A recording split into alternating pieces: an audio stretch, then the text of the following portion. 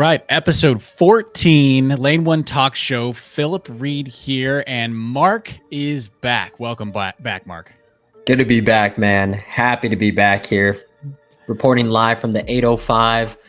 Super stoked. I'm a little bit salty just because the one episode I'm gone is the one episode that we popped off. And shout out our boy Shawnee D. But last episode got 2K views on YouTube, and I know a lot of people out there that might not be a lot, but for us, we are pretty excited when we crack 100. There's 100 people that watch our video, but the one with Sean got 2,000, bro. I felt disrespected, low key. Yeah. Hey, shout out you guys though. I was pretty excited about that too. But how you been, man? What you been up to as of late?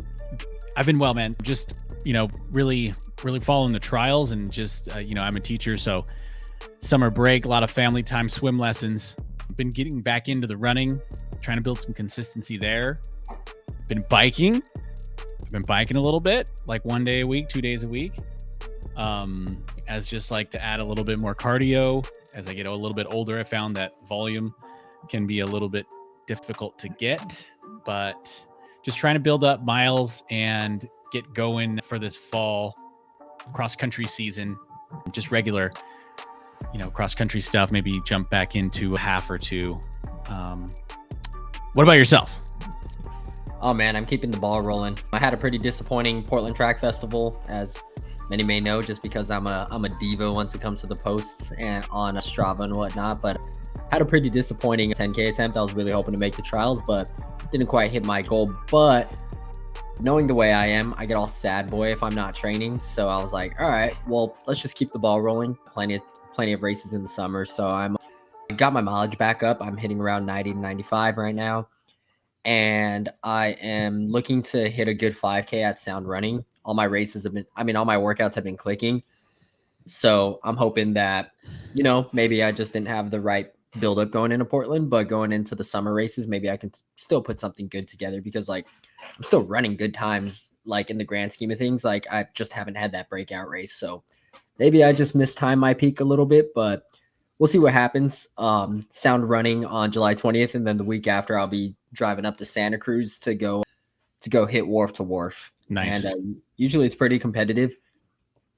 So hopefully I can try to crack that podium there, or something, just a way to kind of, I guess, salvage my season, so to speak. Try to see if I can end with a good PR or end with a great performance at wharf to wharf. That'd be the most ideal thing. But yeah, that's been what I've been doing. Nice. And is that Sound Running? Is that going to be at Azusa Pacific? I'm not sure where the location is. It just says LA. Yeah, they Sound Running does that sometimes. I've noticed is they'll just have like a region, and then as it gets closer, they'll announce where it is. I did that one 2 years ago or 3 years ago. Yeah, and I did that one 2 years ago. Go ahead. It was Azusa Pacific. Yeah, I did it 2 years ago, and it was at Oxy. That's actually where I ran my 5K PB, so I'm hoping to get that same little bit of magic. Yeah, but hey, good luck with that. We'll be following along. That'll be exciting. Sound Running those events are pretty cool. They got a good energy to them. Yeah, you always run into some cool people there. Well, that's the thing, is I'm not the old guy at the college events. It's always pretty funny because whenever I post, you go to like Oxy Invite, or you go to like Brian Clay, you go to Mount Sac, it's you, and then you'll see like Arizona State behind you, or like Adams State behind you, or Azusa Pacific behind you, and in the race photos, and it's like, are you just racing? Are you just that old guy racing against young kids? And it's like, sometimes that's how it be, but that's what I like about like the Sound Running meets, the Portland Track Festivals. Those have that post-collegiate vibe where everybody's your age.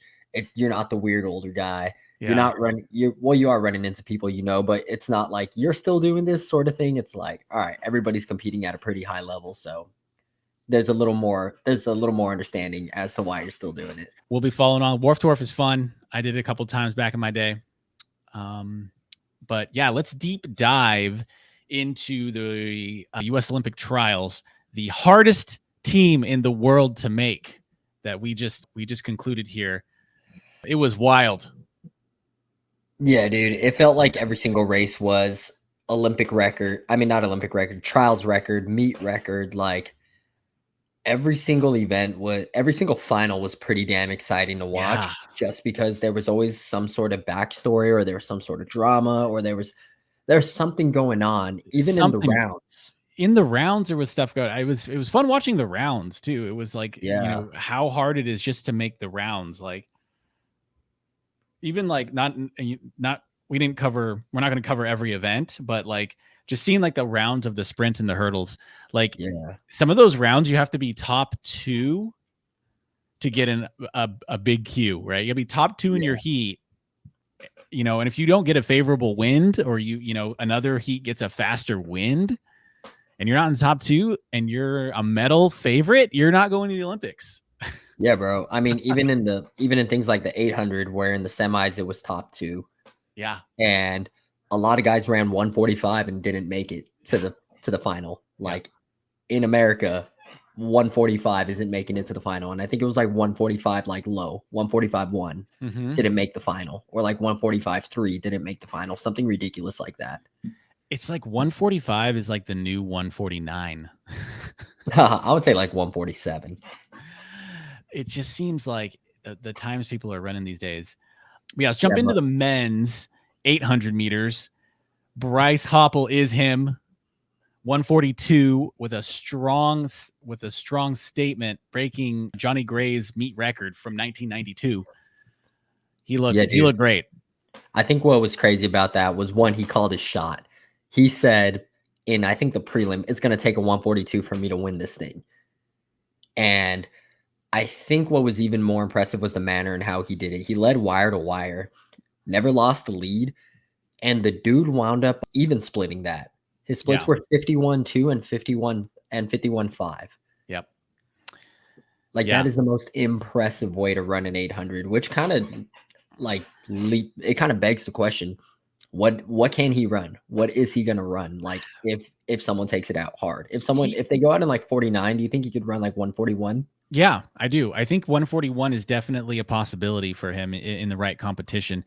He hasn't really been pressed domestically, like he hasn't really had to struggle in the United States to pull off victories. So I think 141 high, 141 kind of mid high is in the cards. And he even said that in his interview after the race. He said that, like, who knows, right? Nothing's off the table.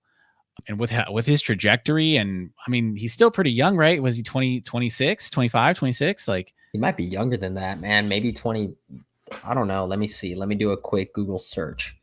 Because he was on the team in 21. Oh, yeah, he is 26. Yeah, you're right. And so he's really getting into that prime. So, he definitely looks strong. And I think 141 is definitely in the cards.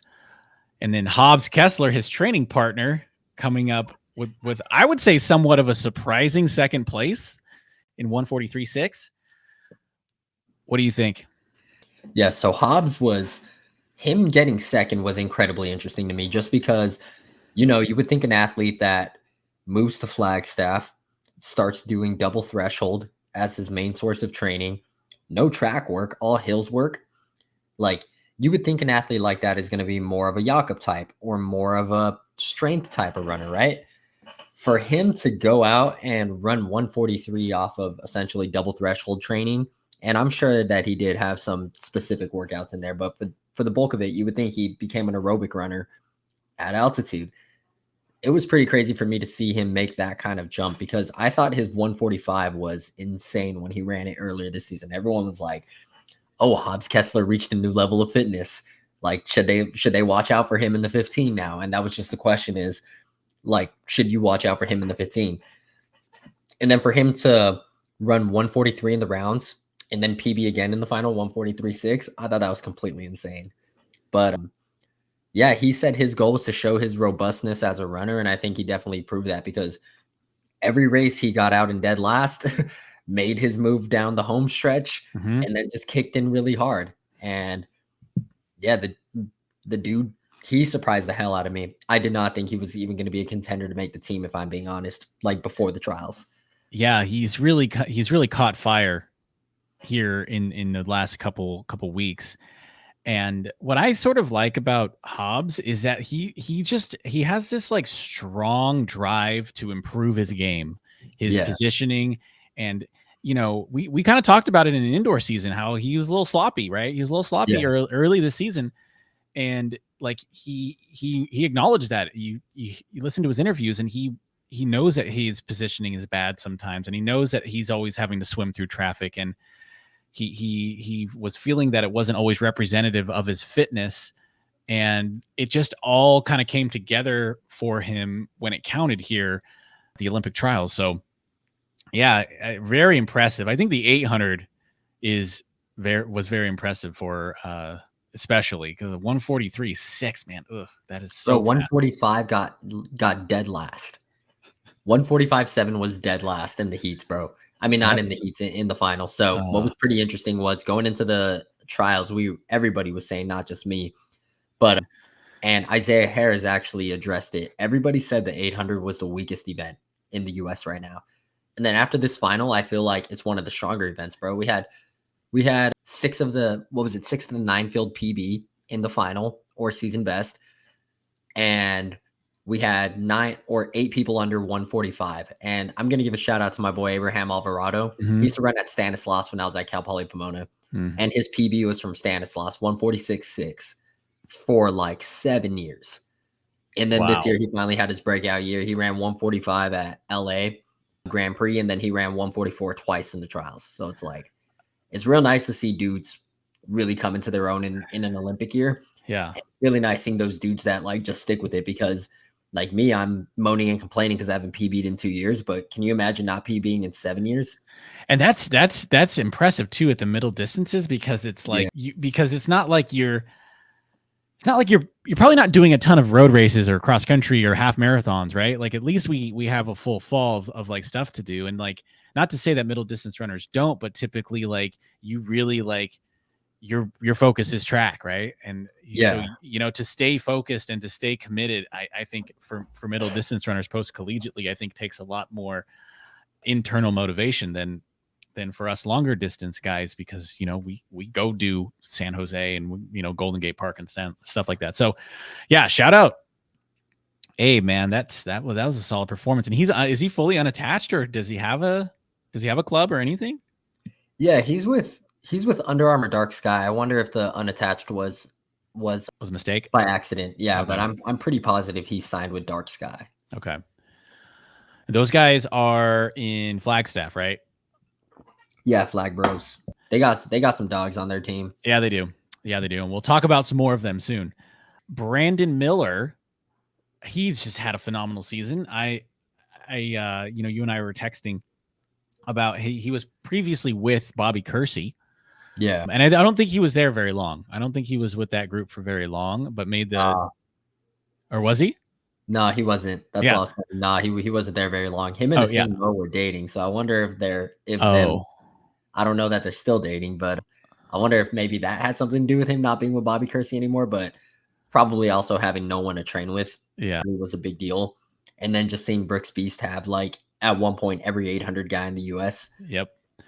Yeah. Cause Isaiah Harris came over, right? He came over from Nike. Wasn't he a Nike sponsored athlete prior? So yeah, Brandon Miller had a great trials. Yeah. He had really good positioning early on, and it was just like a masterclass in how important positioning is in that event. And, you know, he was right on Bryce's shoulder early on in the race, and he kind of just stayed that way. I mean, he did get out kicked by Hobbs, but he really put himself in a position early on and just, you know, hit the gas with Hobbs in the first part of that race. And then I did pick Isaiah Harris and Sam Whitmarsh to make the team, and they were eliminated in the semis, I think. And it just goes to show you, man, how like talented people, 144, 145 guys, just not even making the final, you know? Yeah. Well, you look at well, that's what we're talking about, because another guy who didn't even make the finals was Isaiah Jewett. Yeah. And yeah. He's a 143 guy, and he just didn't make it because he didn't get the big Q. Yep. And like just didn't move on because he just happened to be in the slower heat. Yep. So looking at the 800 overall, there was a lot of really good guys that didn't make it. And it was kind of the same thing in the 1500 as well, where it's like every heat you're looking at and you're like, whoa, this heat is so stacked. And then the next heat steps up and you're like, whoa, this heat is so stacked. Yeah. And we realize like there's just a lot of depth on the upper end now. And that was something that we had talked about because everybody was saying like, oh, super shoes, you know, all that kind of stuff in terms of why people are running fast. But the idea is like, well, you look at Bryce Hoppel running 142, Hobbs running 143. It's not like these aren't times that haven't been run before by Americans. It's just there's more Americans running those times. So there's just more depth at the top. And I think that's the most exciting thing for us to see because like I'm saying, 145 got dead last. Maybe about a year ago, even, or 2 years ago, we would be saying 145 has a chance at making the team, or like 145 is probably a lock-in to make the team. Yeah. And probably last year, or even at the trials in 2021, 145 probably made the team. Or like 144 was probably what made the team. But now 144.9 was 8th. Yeah. It's a new era we're living in. And, you know, I do want to give a shout out to Clayton Murphy. You know, he's a veteran. He's done well in the sport for a long time. Yeah. What do you think Clayton's next move is? He got 7th in 144. Yeah. I mean, he looked good. He did. He actually looked good in the rounds too. He looked very controlled. I thought he was going to make a run to make the team maybe. Yeah. I mean, I definitely think the opportunity's there. I mean, you look at it, he was less than a second off. I think for Clayton Murphy, 1, I'd like to see him race more. And 2, maybe stretch out running more 1500s. I feel like when he's done that historically, it's helped set him up for the rounds. But I mean, honestly, this is probably his best execution since like 2021. Like, or did he get 3rd last year? Did he make the team last year? Yeah, he did. He did. Oh, he did. Yeah, he did. Yeah, then I don't see why he shouldn't just keep it rolling. I mean, it's kind of one of those things where if you can get your contract re-upped as a runner and you're still running very well, it's not like this year was really bad. Like everyone just happened to run really fast. And like I said, maybe last year, his 144.8 would have made the team. Yeah. It was just an anomaly of a year, kind of like 2021, where everybody just ran ridiculously fast. And it happens on Olympic years. But it does. But yeah, I think he still has it in the tank, man. As long as the desire is still there to compete, and he's probably getting paid pretty damn well to do it, since he's the guy making teams. Like, yeah, I don't see why not. I don't see why keep rolling unless if you absolutely don't want to do it anymore. Yeah, I'm with you. I'd like to see him race more. I'd like to see him in the 15. Yeah, I'd like to see him in indoor. I think because that's the thing is he always opens up like a 146, 145 guy, which I mean is normal in the 800. But I wonder if he had a more robust indoor season and maybe spent more time practicing and more time competing in those like more championship style races in the winter, or just getting out there and trying to run a fast time indoor and just competing with those guys, getting his power development early, getting practice going through rounds a little bit more. Cause I feel like he got caught up in a lot of trouble in the rounds too. He had his bib ripped off. Yeah. So I would like to see him maybe compete more in the indoor season. Yeah. Maybe in the 15 in the mile. Yeah, even that, man. I remember Clayton Murphy ran like 352 or like 351 in the indoor mile at BU back when he was on Oregon Project. Yeah. Yeah, so, you know, the potential is there, right? The potential is there for a fast 15 or a mile. We bounce on to the women's 800. Bounce on to the women's very, very surprising race. Thing Mo fell in the first 200 meters. That was a huge deal. I mean, it's no secret. It's not like we're just announcing it. Like it was a big deal. It was people were very emotional about that. And it was heartbreaking. You know, she's talented and she is a returning Olympic gold medalist. Bronze last year. She got bronze. Silver? Was it bronze or silver? Last year she got bronze. She got bronze. Remember last year though, she got a pass into the world championships for the 800. So she did the 1500 at US. Yeah, she got silver there, right? And she got silver there. So like, which I actually did. I think that was a pretty smart move. I like that move. You know, if you have a buy, you know, why not use it for something creative? Yeah, but I feel like the 800 is so neuromuscular that like you need to take as many swings as you can. I'm not a fan of the whole Bobby Kersey, like save your races. just because I feel like for a lot of those shorter sprint events, like you need reps, you need exposure. But Yeah. I get it. I think Mo was hurt. They had like an intense Sports Illustrated article about her and her hamstring leading into the trials, and they were just trying to do fillers out on the hamstring. But what's your thoughts on that? Yeah, this is definitely like it's brought up a lot of things within the running community and even outside the running community. Like I saw that Robert Griffin III, right? The RG3 had an opinion about it. What'd he say? He was like, it's heartbreaking that she will not have a shot at the Olympics or something like that. So he didn't have a super hot take, but if you look at his tweets, his retweets or whatever, his comments, there were a lot of people not from the running world saying things that like they should do a rerun. She should get a pass. Some of the other women should give up their spot for her. Like all of these people who have no idea how our sport works, right? Yeah. Who have no idea that she hasn't competed since in 10 months. And you know, so it was actually kind of cool to see what other people's perspective is of our sport. Okay. Cause these are super casual fans that only really watch every 4 years. Right.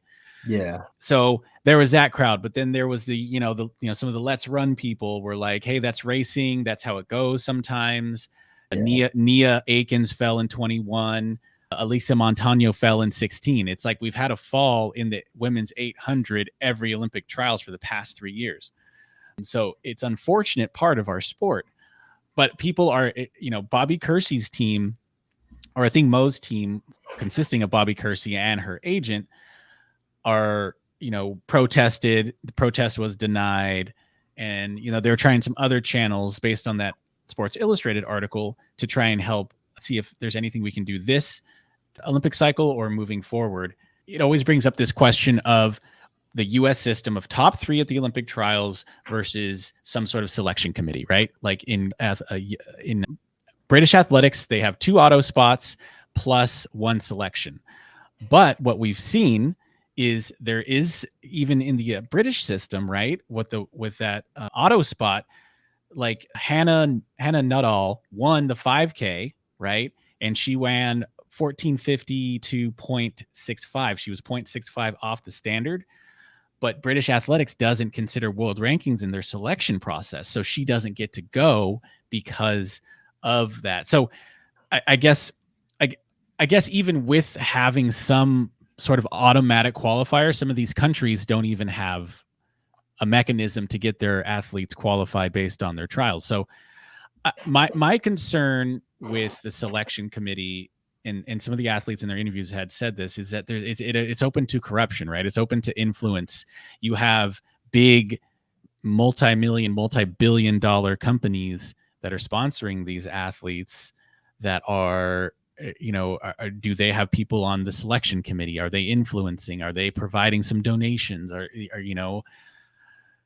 So I think the American system is very popular in the fact that it is so open and transparent. There are a lot of people trying to make a case for people like a thing who are returning gold medalists to have some level of security going into the trials so that we're fielding our best team.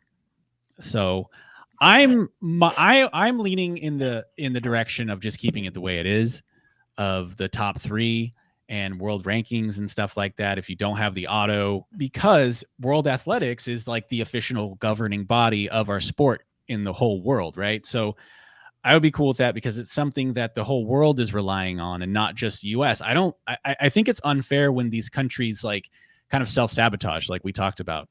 It's like you nuke your own team from within by not allowing them to go. So those are kind of my thoughts. I think that there were some interesting arguments on Let's Run for sure. Robert Johnson said that the race should be rerun. You see, my argument with that is like, if there was a selection process, I feel like the biggest loser of this thing was Sage Herta. Like, absolutely the girl's been on fire this season, and she got tripped fell into the infield, she didn't really fall, but she got moved into the infield because she tripped over, I think, Mo, climbed back in and clawed her way back to 5th. Like, in my opinion, if I'd been on the episode of the pre-selection, Sage Herta would have been probably my favorite to get 2nd or 3rd behind Nia Akins and I think Mo. And for her, she lost out probably more than Athing Mo, because Athing Mo made the really risky move of trying to cut in like without the clear space. She is used to people respecting her space, but I don't think people respect her anymore like that. People aren't afraid of her anymore. Like, as you can see, no one's even giving her the rail anymore. So she made the risky move. So you see why guys like Jakob Ingebrigtsen start off dead last in races. Mo Farah starts off dead last in races. Mm-hmm. A lot of these guys will start off dead last and move their way up on the home stretch when everyone's settled. And that's what Mo Farah would do. He would stay in the back until the pace slowed. Jakob moves outside on lane 3. You saw Yared in 1500 move on the outside on the home stretch. Reason these people do that is to prevent all that jostling, to prevent getting tripped up, to prevent getting tangled up. I think Athing Mo was just so used to people respecting her space that she tried cutting in, and guess what? She got clipped. Mm-hmm. And yes, she is defending Olympic champion, but I absolutely freaking hate when people say I am defending Olympic champion. I deserve credit, only because, bro, that was 3 years ago. Yeah. Like, I thought it was kind of silly when people put like title defense, or people, like, it's corny to me when people are like Olympic trials title defense or like Olympics title defense. And it's like, bro, you were the guy 4 years ago. Like, you are not that guy this year. Like, you're probably not going to either make the team, or you're probably not a favorite to win anymore. And, or if it's Usain Bolt, maybe. If it's Mo Farah, maybe. But for the guys who it's like, bro, you haven't won in 3 years or stuff like that. Like, same thing for her. She hasn't raced at all this year. So if we did have a selection committee, like, are we going to pick someone who hasn't run 800 this year? Yeah. Like, that was my thought, is like, even if we had a selection committee, what would they just, are they really going to take a work sample from 3 years ago? Like, exactly. You know, and I you know, when we were, doing the research for the previous episode, Nia Akins and Allie Wilson and Sage Herta Klecker and Raven Rogers and Juliet Whitaker, all these women had to, they had been running fast recently, like very recently, all the way up until and to Portland Track Fest. Like, they were running well and running fast and putting in work, trying to make the Olympic team, right? Like, I think it would be more heartbreaking for someone to come in and say, like, oh yeah, like, I know she fell, I know she got last, but like, we're going to get her on the team. Like, and poor Juliet Whitaker is off the team, even though she had a phenomenal season, right? And she runs a PB at the race and gets 3rd at the actual race, and it's like, well, nope, sorry. Yep. Yeah. Shout out Allie Wilson and Juliet Whitaker. But all right, so that was the women's 800. Let's bounce over to the men's 15. Men's 15, Cole Hocker meet record 3:30.59, makes it super exciting. Guns it with 2:50 to go. Dude, that close was nuts. Like, closing in a 52 at a fast-paced 1500, I think, put him in another stratosphere in the sense of being able to actually contend for a medal. Yeah. You know what I mean? Yeah. Like, that's the American dream, man. Yes. Like, we hold on to Central's gold, but everyone calls that, like, I feel like Central's gold is held to the same degree as like the NBA bubble chip. Like, when the Lakers won in the bubble, people are always like, Central won in a 350 race. It's like almost the same thing as people saying, oh, the Lakers won in the bubble. It's a Mickey Mouse ring. Yep. And I feel like Hocker has a chance if Jakob, Kerr, all those guys wind up taking it to like 328, 329. I would not be surprised if Cole can do that too. Yeah. He's shown us that he can kick off a fast pace. He can respond to Yared, and Yared is going to be more like Jakob, and Cole's going to be more like Kerr, right? Yeah. So that's what the Johnson brothers were talking about on one of their recap shows, was that, Cole kind of showed what he's capable of. He can kick off a fast pace, and, being set by someone like Yared, aka Jakob, so I think I think Cole is a strong candidate for medal in Paris. I think Yard is too. I mean, I think right now, aren't most of the odds people calling Yard the favorite for the bronze? Yeah, well, I mean, they were the big three, was Kerr, Jakob, and Yard, and it's like, okay, so you're looking at the closing splits here. Cole closes in a 52.63, Yard closes in a 53.17. If the roles were reversed where Cole led wire to wire and Yard can just kick off of them, or Yard can just key off of them, do you think their splits would have flipped? And that's kind of the argument that they make, is Right. Cole just ran tactically the smarter race. And that's exactly what happened at NCAA's back in like 2021 when they went head to head. Cole just kicked off a Yard. Right. And yes.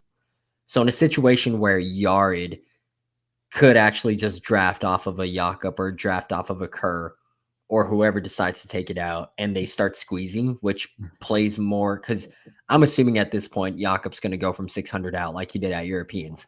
So if he does that and he starts squeezing down the pace, which plays a little more into Yard's favor, does Yard have a better chance of finishing higher than Cole does?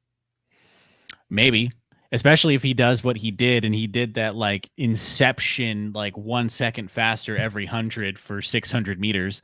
Yeah. I think that was the question I was going to ask you, is like, what type of race will it be for Yard to medal? And it's probably going to be more so what you're talking about, with Yard squeezing it down 600 out, versus like, would you say that versus like a just straight up like 328 from the gun pace, like, and not the squeezing, but just a straight up, almost like a time trial. If Jakob just goes nuts, do you think that plays more into Cole or Yard? I think if it's a faster pace from the gun, I like Yard's chances better. Just because I feel like it suits Yard's strengths a little bit better to just redline it. Cole has that instantaneous gear shift that makes him deadly when it comes down to a kick. But I think if it's a little bit faster, you can run that out of him a little bit.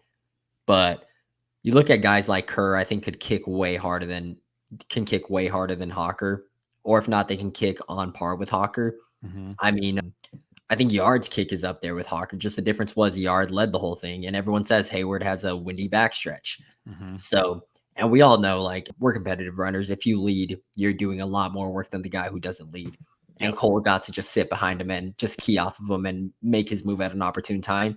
Yard had to actually do work the entire way. And I thought that was a smart move from Yard. He's not beating Cole in a head-to-head kick, but he has a better chance, because, I mean, historically, if you close in a 140, in a 150 last 800 in the trials, you're probably winning it like 9 out of 10 times. Like, to be quite honest, like, Yard damn near soloed a 330. Yeah.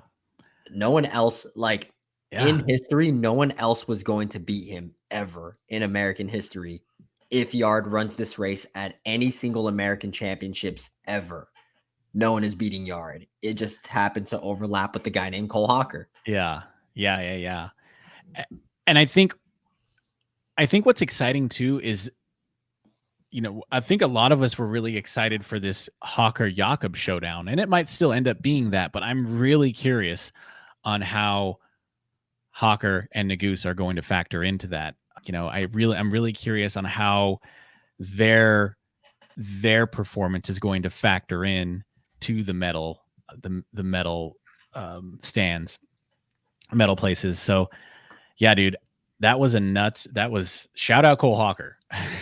Yeah, serious, dude. That was watching him explode. It looked like he got shot out of a cannon down that backstretch. But not to glaze on this dude a little too much, but let's go down the list a little bit. Hobbs Kessler ran a good race. I was expecting Hobbs to choke, to be honest, just because I feel like he was going to get in his own head. Yeah. And he executed. He just sat on that rail, got on Yard, and then closed and got the job done. I don't think he ran anything like, well, actually, he ran a PB. So, yeah, he did run something spectacular for him. He ran safe, though, man. He ran clean. That's the cleanest race I've seen that kid run all season, man. Like, he got out. He stayed on the shoulder. He stayed out of trouble. He wasn't tripping up people. He wasn't all the way in the back. He ran a clean race, and he put himself in a position to do well. And, yeah, and he ran a personal best. And and made his way onto the team. Like you and I grade days. He ran an A+ day. Yeah. Like he had an A+ trials. Like I think Hobbs might have had like anyone not named like Noah Lyles had probably the best trial of like anybody in terms of just like overall execution. He made 2 teams. I guess I would say Relative had the best trials just because like, you know, Krauser won another one, like other people. Sydney set a world record. Yeah, Sydney set a world record, but like Hobbs, there was a real chance that he gets upset to not make the team, and he was not a favorite to make the 800.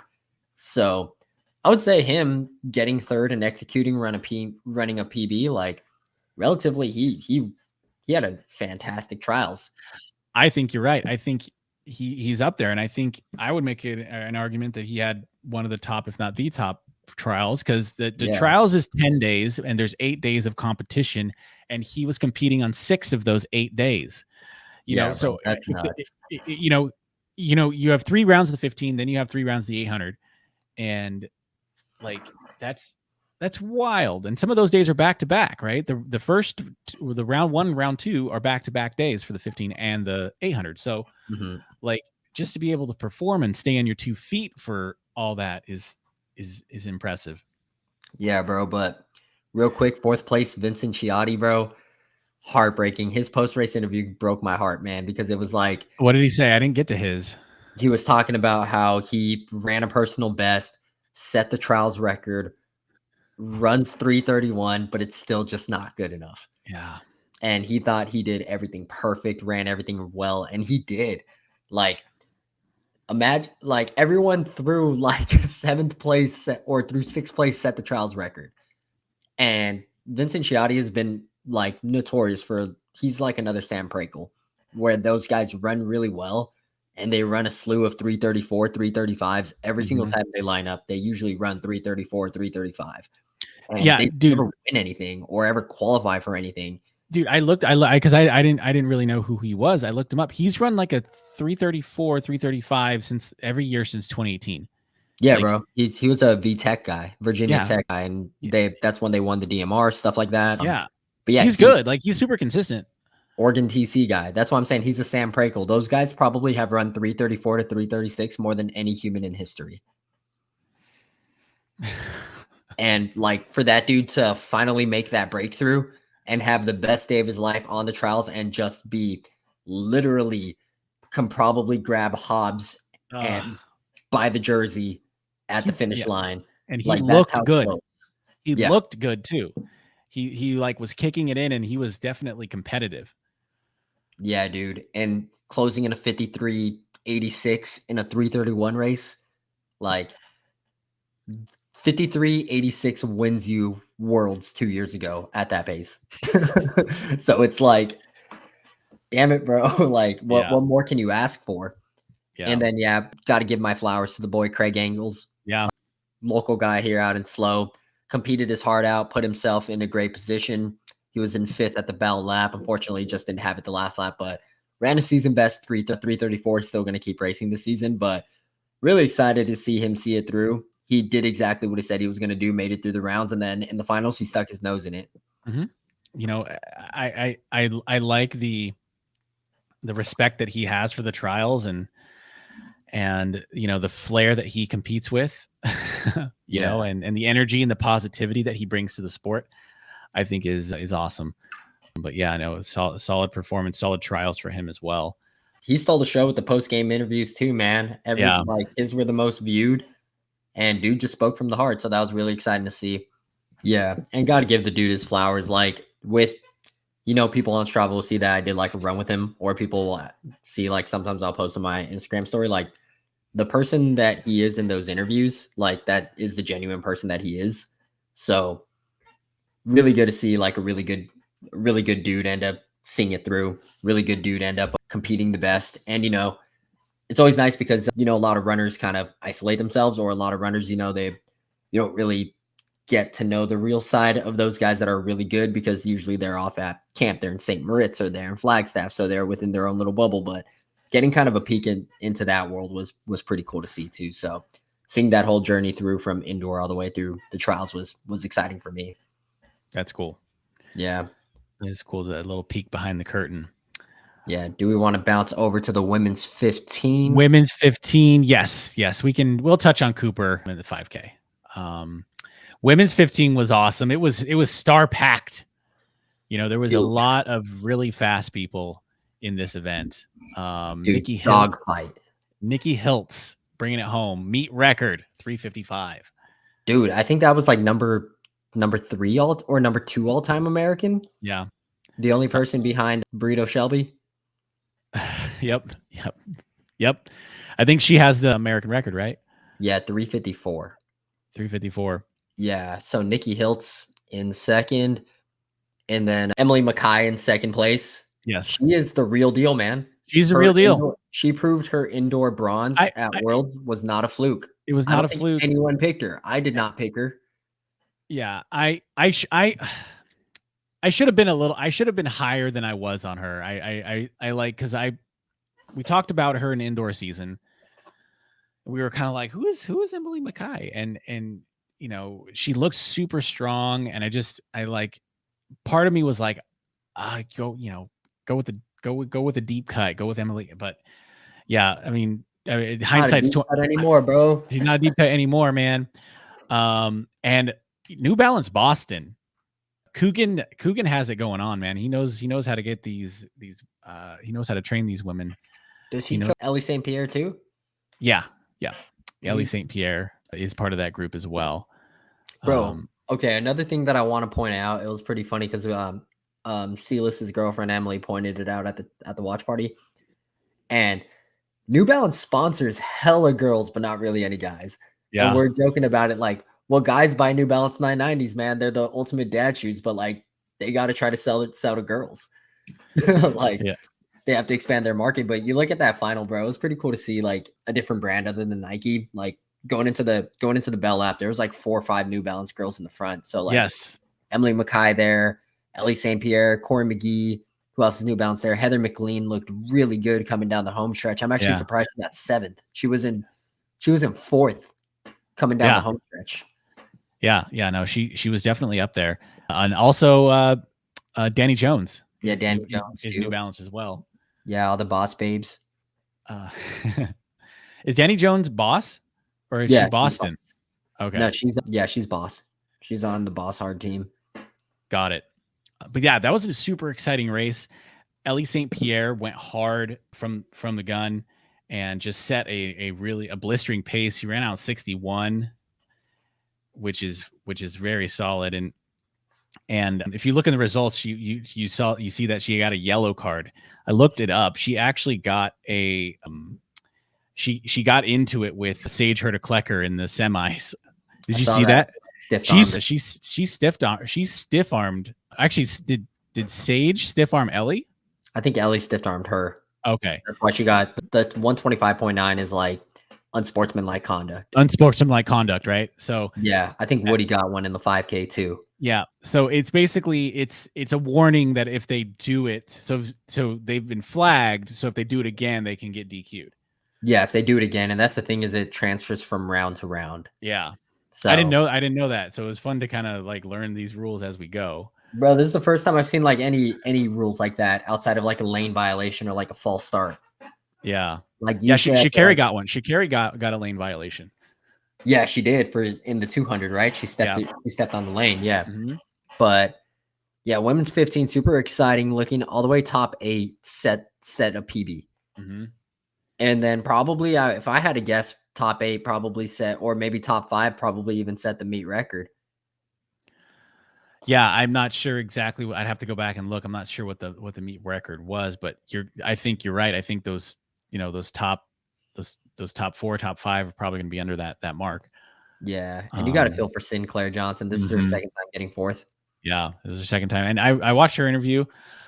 She's been dealing with a lot of bone injuries, like femur stress reaction she had recently, and like those are really tough to work through. Like it's not like, I don't know. I feel like with hamstrings and Achilles, like you can get some soft tissue work done. You can get some physio, you can get some rehab, and you can get some strength. But with like bone stuff, it's like you just have to cross train, right? Like Yeah, Like you you got to just have do to notes on heal. that. So I want to actually make a segment piece, or I guess not a segment piece, but like content piece about the nuances about training in super shoes and the things that you have to account for. Oh, So when you do train in super shoes, because it's a new thing, there's a direct correlation between the rise of femoral stress fractures with super shoes. oh, Because since your feet get weaker, your tibias get twisted and your femurs get twisted. So you're landing in a different position because your calves, your Achilles, and your feet are weaker. So your body's gonna have to compensate. And it's something I've been dealing with is your tibias turn inward and your femurs turn outward. And so when you're doing that, you're now using your femurs for stability when that's not what it's meant for. So it's compensating, and a lot of people have been getting femoral stress fractures. So, and it's like literally one of the newer injuries, like sacrum stress fractures, femoral stress fractures. A lot of that stuff. interesting. Yeah, and it comes to do because you're not using your feet anymore, and a lot of people are developing weaker lower extremities. So that's why you're seeing the increase in the proximal hamstring injuries, because if your femurs are externally rotated, your proximal hamstring, which is the upper part where your hamstring connects to your butt, Mhm. like it gets really, really tight. So that's Mhm. why people are getting the upper hamstring injuries. And then they're getting Right. the lower back injuries because now they're compensating. And then that goes down to your Achilles. But that's a whole nother topic. I can go down a rabbit hole Yeah. on that. And just to No. sign off, I am not a doctor, but just stuff I've looked into because it's stuff I've dealt with. But Well, the but energy needs to go somewhere, right? exactly. Yeah. The energy goes somewhere. So it ends up rebounding back into your legs. Like because your feet are kind of neutralized, right? So the impact that your foot would normally take is now transferred. It's not like because physics is the energy is not lost. It's not just like it's not magic, right? The energy Yeah. is transferred up the chain to other parts of your body. So that makes sense. But yeah, Yeah. I would love to do a deep dive on that. Yeah, so Um, that'll be for I can go down the rabbit hole for hours on that. But point is, sorry to hear about her femoral stress fracture, but still PB 356. mhm. It's so insane to me when you see how talented like a lot of these people are at this level, just because it's like they won't train for a lot of the year and then come out and can still compete at a very high level. Yeah, yeah, that is impressive, and that's just a talent level that we're looking at here. It's just easier for people like Sinclair and Hobbs to do what they do than it is for everyone else. Yeah. So let's breeze on down to the men's steeple. Snoop Dogg was the official water pit commentator for this event, which was pretty cool. Yeah, that was pretty exciting. I was shocked to see that, bro. That was the most random crossover I think I've ever seen in this. Yeah. Yeah. Well, it's to the outside observer, like, if you've ever watched the steeplechase with people who have no idea of cross or what track and field and the steeplechase is, it's pretty out there, right? Like you have to jump over this every lap. Yeah, You exactly. know? Exactly. Dude, I feel like the because I get the whole history about it, but to me, the steeple is like the most ridiculous event ever. It's like, oh, actually, let's throw some water in there. It is ridiculous. Like Yeah. let's make sure that they're wet. All right, Yeah. let's make the barriers taller. And hey, let's make them not move. Let's make them like 500 pounds. Yeah, if you hit them, you're gonna fall really Yeah. hard. But Kenneth Rooks, 233 last K is what stood out to me. Do you think he could potentially contend for a medal, or do you think that upper end of those guys that in the low eights are just too far ahead? His PR is what? He's run I think like 813. 813 this season. Yeah. You see, What are those top Kenyans running? What are they running, like 803? so the top guy is what's his name? El Bakali from I want to say like Algeria or maybe like Okay. Turkey. He's a Middle Eastern guy, El Bakali, or maybe Northern African, but he's won every year for like the last couple years. I think back to 2021, he's run like 801, but he's one of those guys that shows up and just wins races. He's never gone for the world record. The world record is Lachema Gurma, or Gurma Lachema. I always get his first and last name Right. mixed up, but he's run like 753 in the steeple and set the world record, but he got beat by Al Bakali.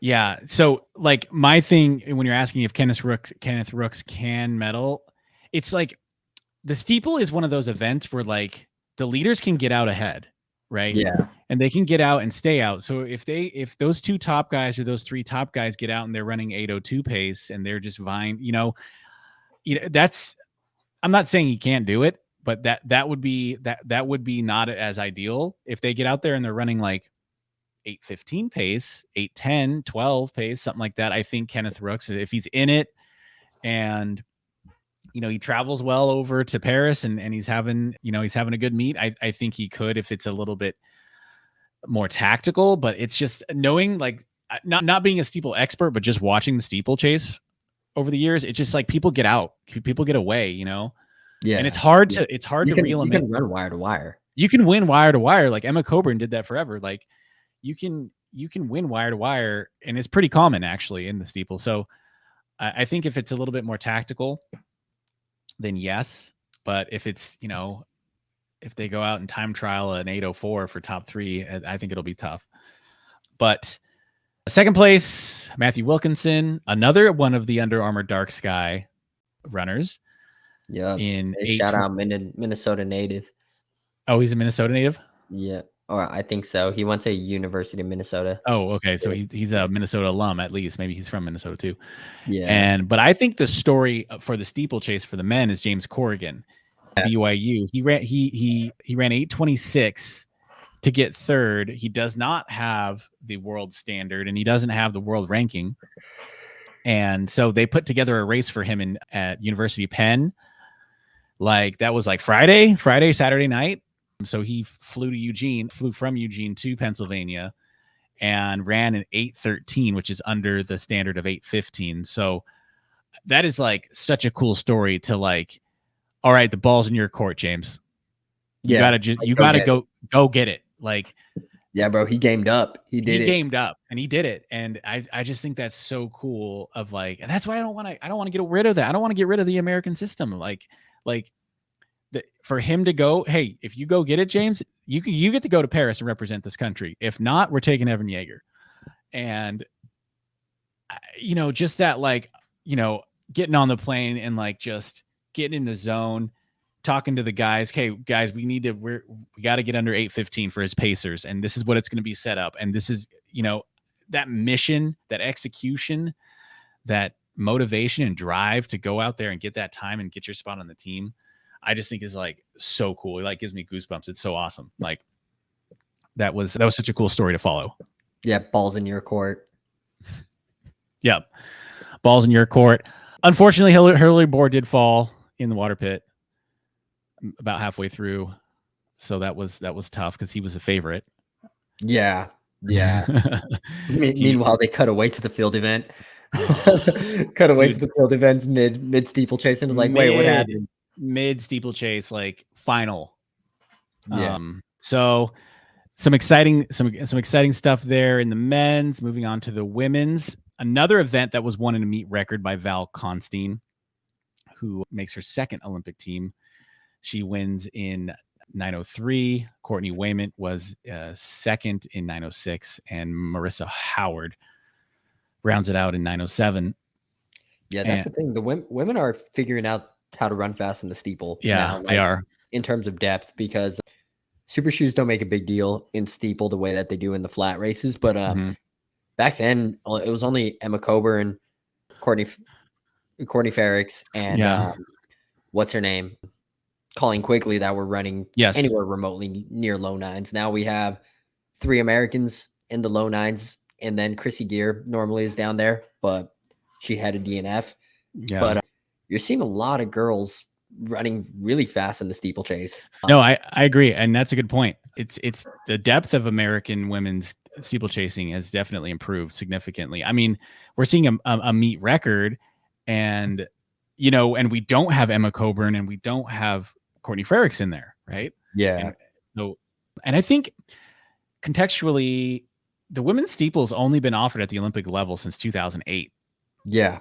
So, it's still a relatively new event for women, which is like, it's kind of crazy to think about it, right? Like, because 2008 for me, like I was already out of college, so it doesn't seem like it's like that long ago. But I know that it is for some people. But Yeah, bro, I was in the 8th grade. I was in the 8th grade in 08. Yeah. But yeah, no, grand scheme of things, yeah, it is a new event.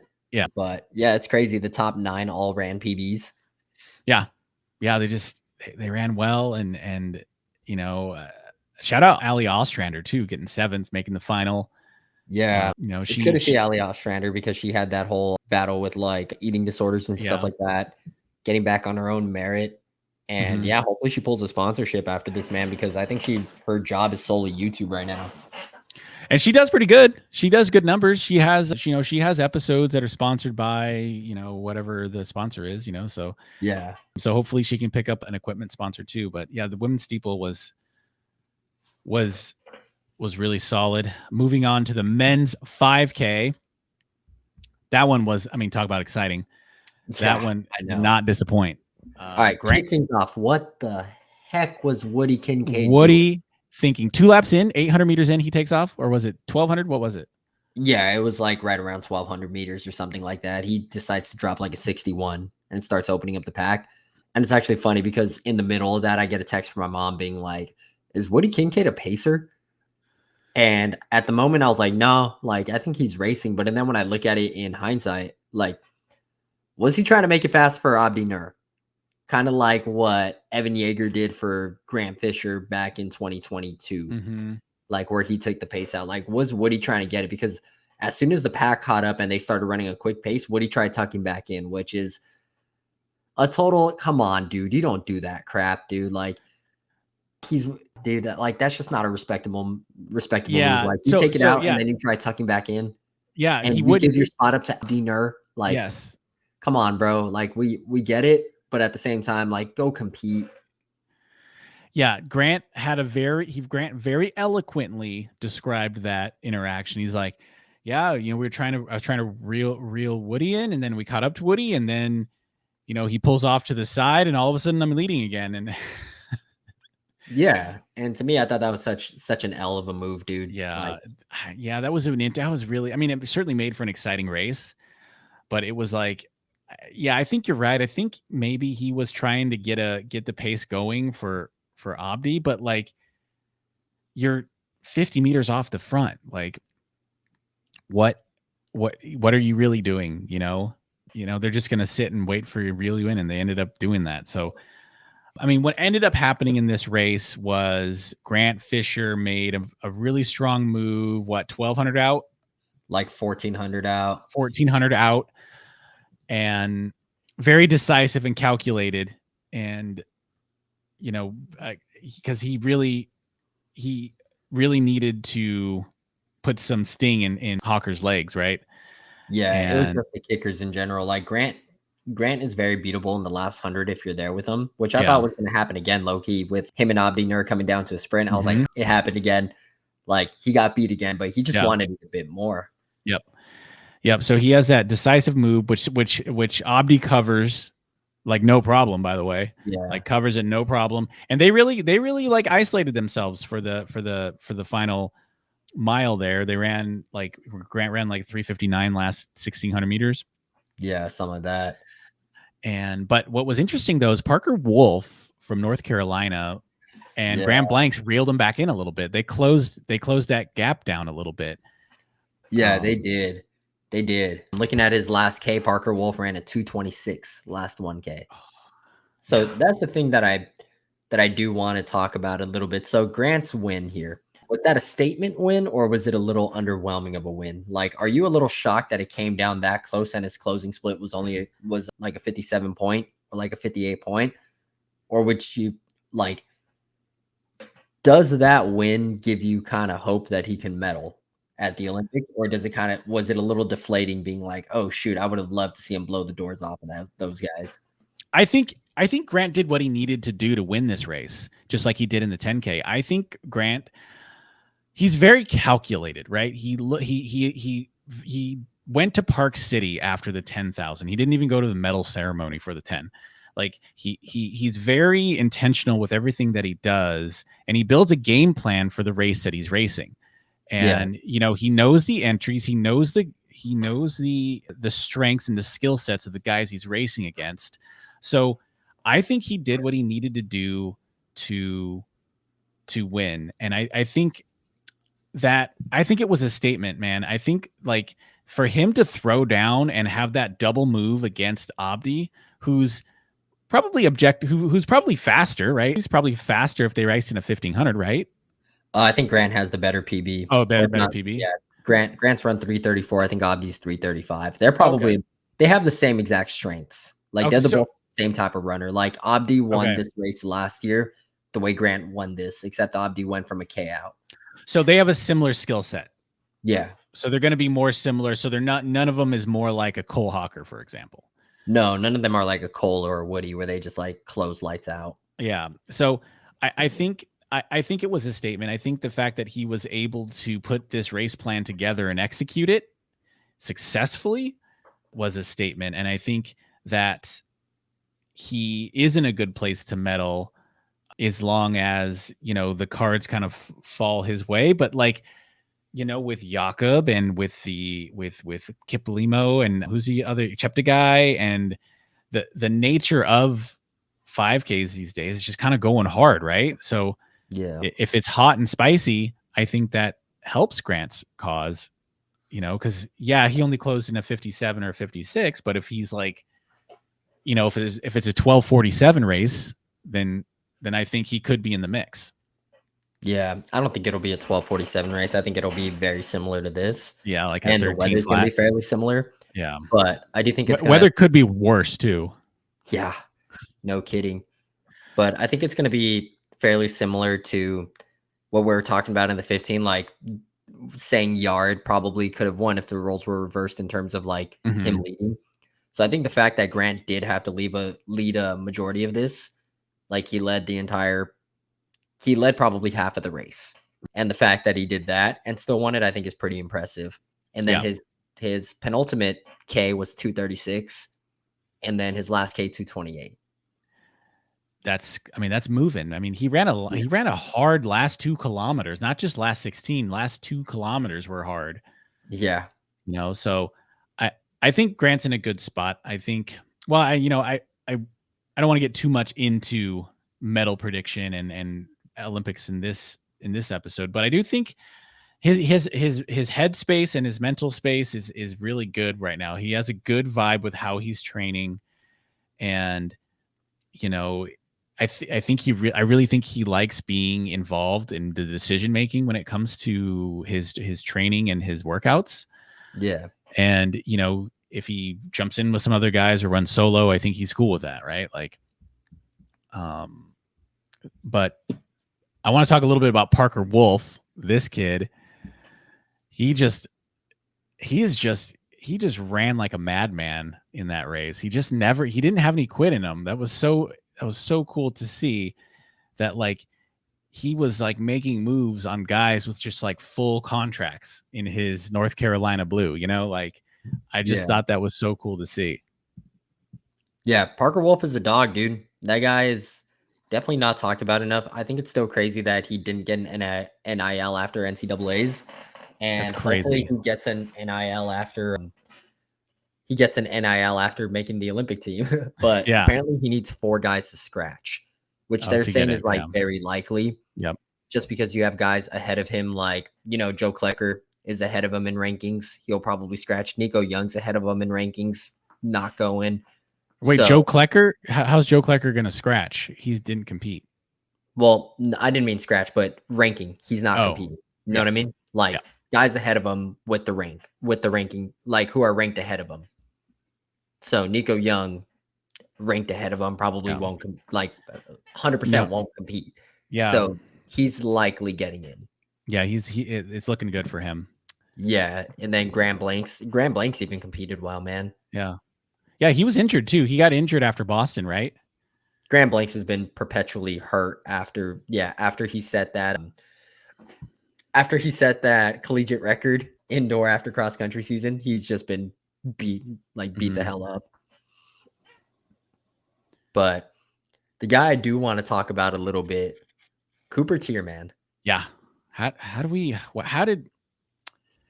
assess his trials? Underwhelming. I was high on him too. I picked him to make the team in the 5 and the 15. Yeah, I don't think he had a shot in the 15.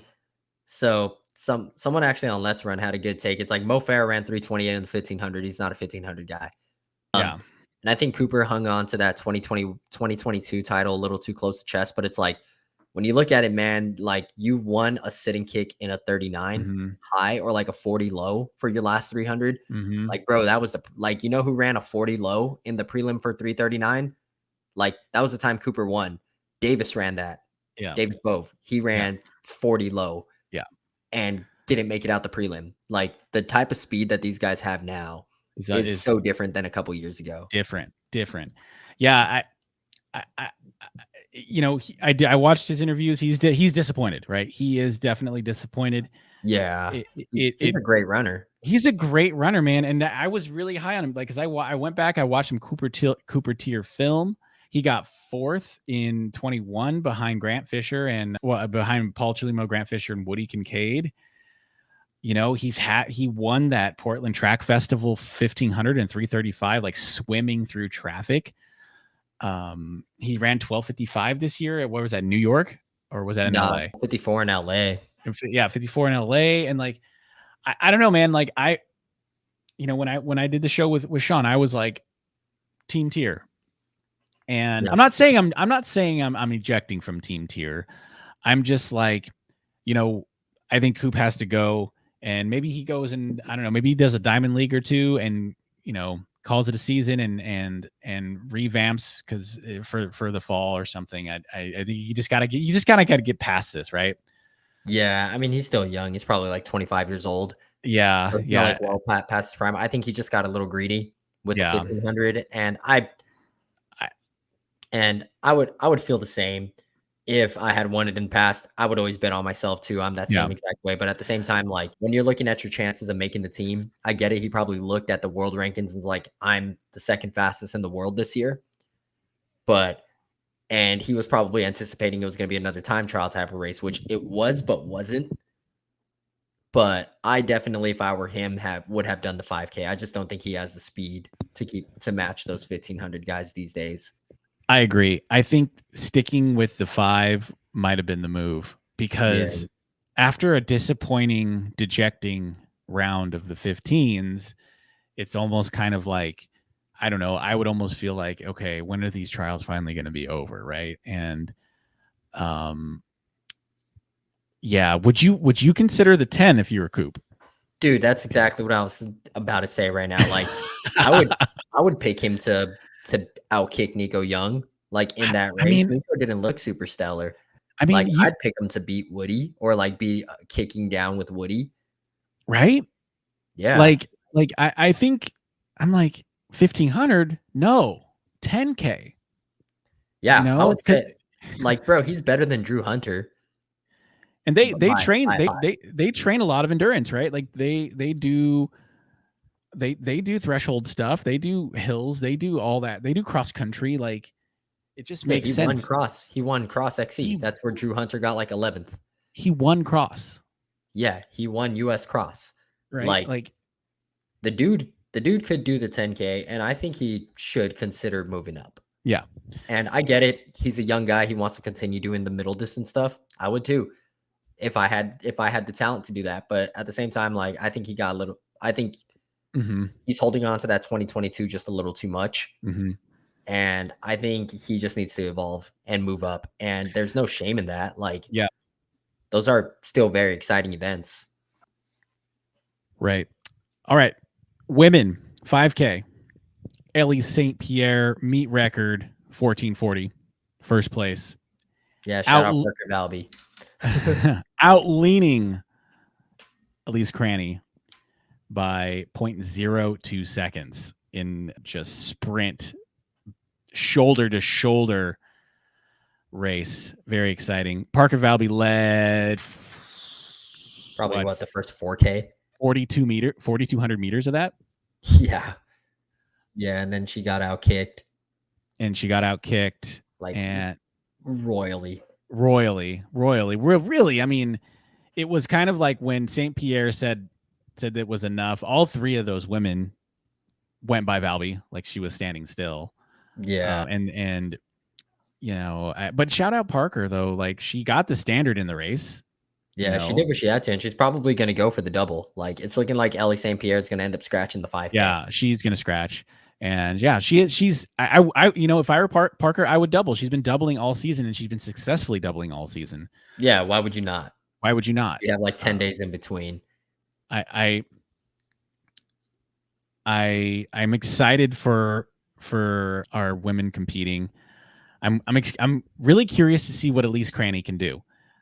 Because I think she seemed more confident in the 5K than she did the 15. Well, I mean, she PB'd in the 15. She did. Yeah, she did. And I don't. So this was a season best for her in the 5 though. That's not her PR, right? She run. I think she's 14:30s low. Yeah. She's probably run like a Diamond League or something. Yeah, but it into context, like for the girls that blew past Velby, like that was something that I've always had a conversation with like other people saying like Parker Velby's a very good runner in the NCAA, but she's not world class in the sense of where you look at the other American girls, like you said, the other American women made her look like she was standing still when they passed her with 800 to go. Like they got her about 11 seconds with 800 to go. And what's crazy about that is there's levels to this game on the women's side. Right. Like Ellie St. Pierre's run what? Like sub 14:30? Yeah, 14:30, yeah. Yeah, Elise Cranny has run 14:30. Carissa Schweizer's run like 14:25. Yeah. Something like that. Something ridiculous. No, there's levels. Yeah, there's levels to it. And if you look at the splits, they were all the 4th kilometer, they all ran 2:58, right? Yeah. And then Ellie and Elise, they squeezed it down to 2:43, 2:44 for their last K, and Valby was 2:55. Yeah, right? So she still picked it up. She picked it up. She ran 14:35 pace and got dropped. Yeah, she got by a lot, right? So she still kicked it in, right? With that 2:55, but those other women were running 11 seconds faster over the course of those last 2.5 laps. So that just shows you the levels that we're talking about here.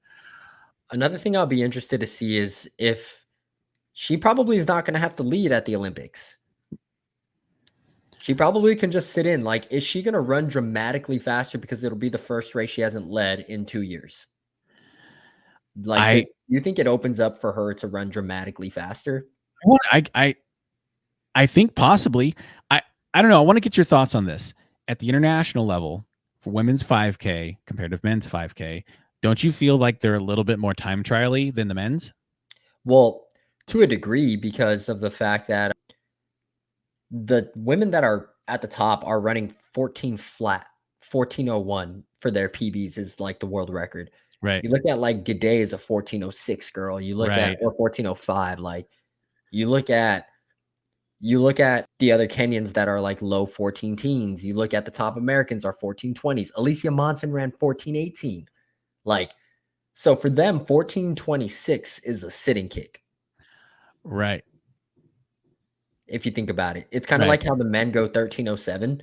Right. Like for them, 13:07 is a sitting kick. For those top women, they come off as time trialing, but 14:26 is a sitting kick for them because that's a good 14 girls. That's a good analysis. Yep, you're right. Because when you're a 14:12 runner, 14:27 is a sit and kick. But for Americans, or for most Americans, not maybe at least Alicia Monson, but for most Americans, that is our time trial pace. But for the internationals, that's their sit and kick. Yeah, exactly. It's like they're the top women. That's why it was one of our first episode where I say it's way harder to be an international or an elite woman than it is an elite guy, in the sense of the elite women are just so far ahead of what others consider elite women. So like if you break 15, you're pretty damn good in the world.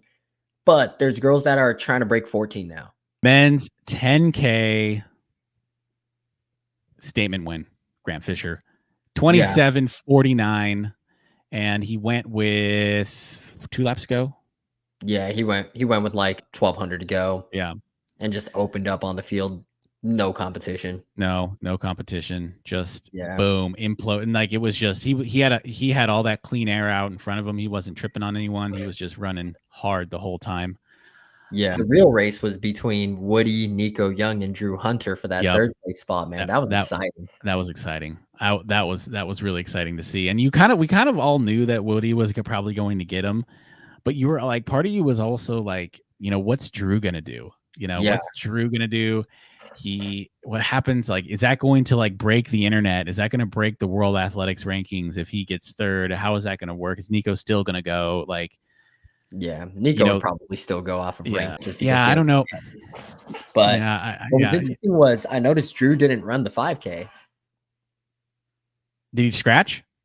Yeah, he has a 13:08 PB or 13:07.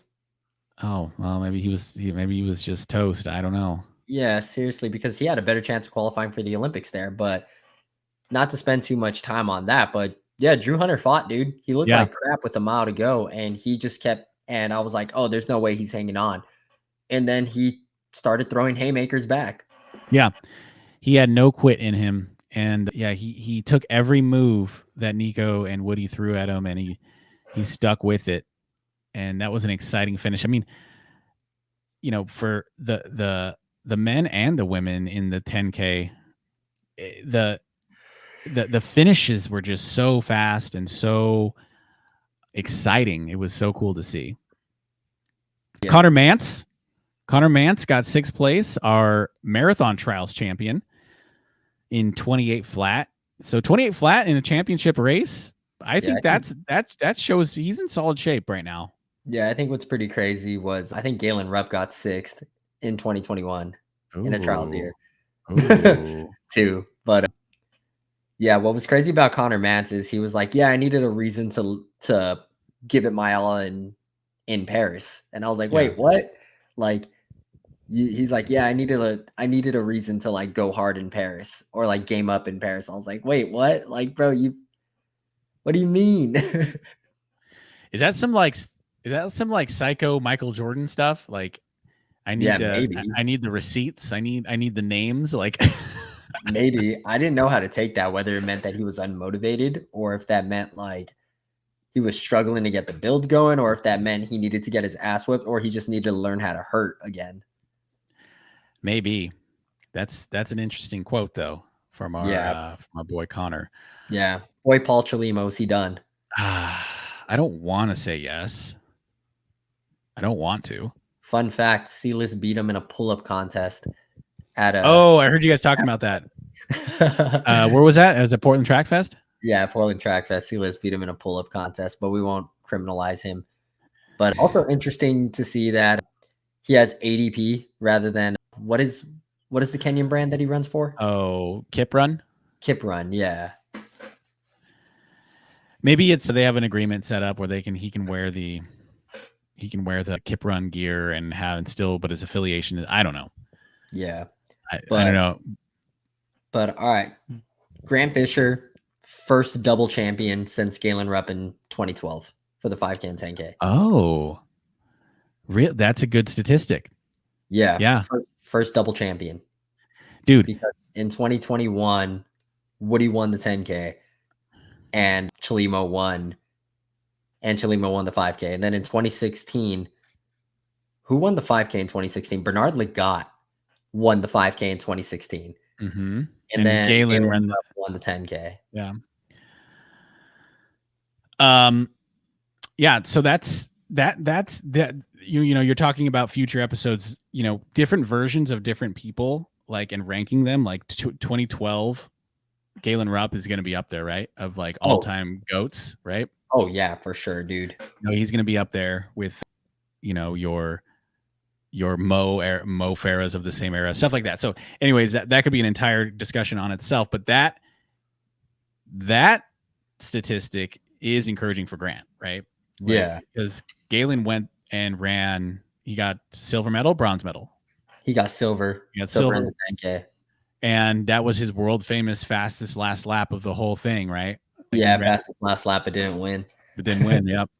Yeah. Yeah, there's not like, so being in that rare air of 2012, Galen Rupp is no small feat, right? Because that's that era, like everything was clicking for that guy at that time, so we could see Grant on the medal stand in Paris for the 10K. I think probably better chance in the 10K. What do you think?